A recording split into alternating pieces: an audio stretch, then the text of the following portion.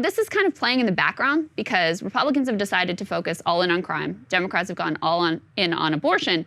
But they do, in fact, have a plan for what they would do if they take control, and it's to use this debt ceiling crisis to lock in tax cuts for the rich and for corporations. You know what I think the sad part is? I'm not sure. I'm curious what you think. I think Biden would probably still get the blame if it happens under him, because it almost happened under the Obama administration, whenever the economy would go bad. And I will remind people, Donald Trump's lowest rating day in office was the day that the tax cuts passed. Not Charlottesville, not pandemic, impeachment, any of that. It was the day of the Tax Cuts and Jobs Act. But I'm just curious. I think it depends. I'm curious what you think. The direction I thought you were gonna go in is, I wonder if Biden is going to strike a deal with them. He's gonna be willing to cut a deal with them. And that's hard to say. Like, I could see it going either way, because you remember Obama, like, he went back to that well a million times trying to get some freaking grand bargain that would cut Social Security and Medicare.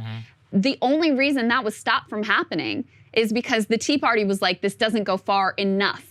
Obama was ready to do it. Now, I do think, personally, it's a bit of a different moment. I think that, the Trump tax cuts have been sufficiently demonized to the Democratic base that Biden would be unlikely to ultimately cut a deal with them. But I can't say for sure. Certainly, it would be in character with his long tenure in Washington. I'm curious because I don't know. I mean, if you think back on it, did the Boehner shutdown work to the benefit of Obama or Boehner? I mean, honestly, I think it contributed to the general feeling of nothing can get done. It doesn't, government doesn't exactly. work. Government doesn't work, which it's kind of a wash for the party that's not in power. The more chaos that you contribute to the top, in general, the populace moves against the person who is, because they don't know all the machinations. Well, it's also a wash. So I really said it's also a wash. I mean, the other point in your favor is that Republicans are the ones that are saying government doesn't work. Right. They're the anti-government party.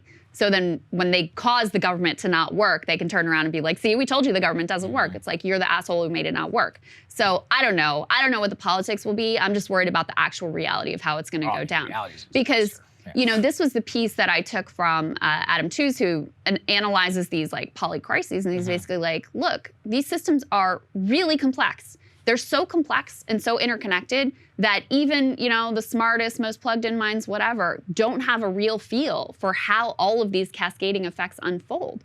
So you add on to, the Fed and all kinds of world banks around the world hiking interest rates. You add on to inflation. You add on to the war in Ukraine. You layer on top of that a potential debt ceiling crisis. What is that going to do? No one can tell you. No one knows. And that's exactly what their plan is if they ultimately take power. So just some flashing red warning lights to think about for the future. That's a good point. I mean, look, you have no idea. You could have some crazy downgrade of debt, which could lead to, pension sell-off or whatever. You could crash the global economy overnight. It happened in the UK. It's the second largest economy in the world. No, sorry, third largest economy in the world. Right, exactly. And here's the other thing is we think of treasury bonds being such a stable market and super liquid. I mean, that's its thing. That's what.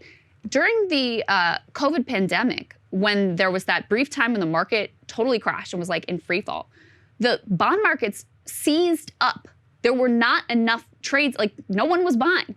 So we've seen this happen before, and that's when the Fed rushed in with massive quantitative easing. That's when Congress finally got off its ass and was like, all right, we got to do something. That's why Bill Maher doesn't remember that this happened, because it was very short. Because once capital started to be in free fall, they were like, oh my God, we got to do something here.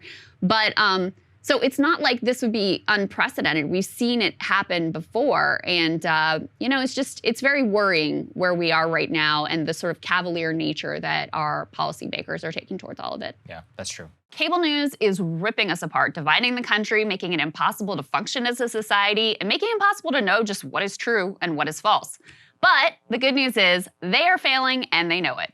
That is why we're building something new, a new mainstream, a healthier one, something more trustworthy, something that we are going to need in one of the most pivotal times in American history. We are building up here for the midterms, for the upcoming presidential election, but we need your help. So if you can help us out by becoming a premium member today at breakingpoints.com, we're trying to change America for the better and the entire world. So what are you waiting for, guys? Go to breakingpoints.com and sign up and help us build a new mainstream.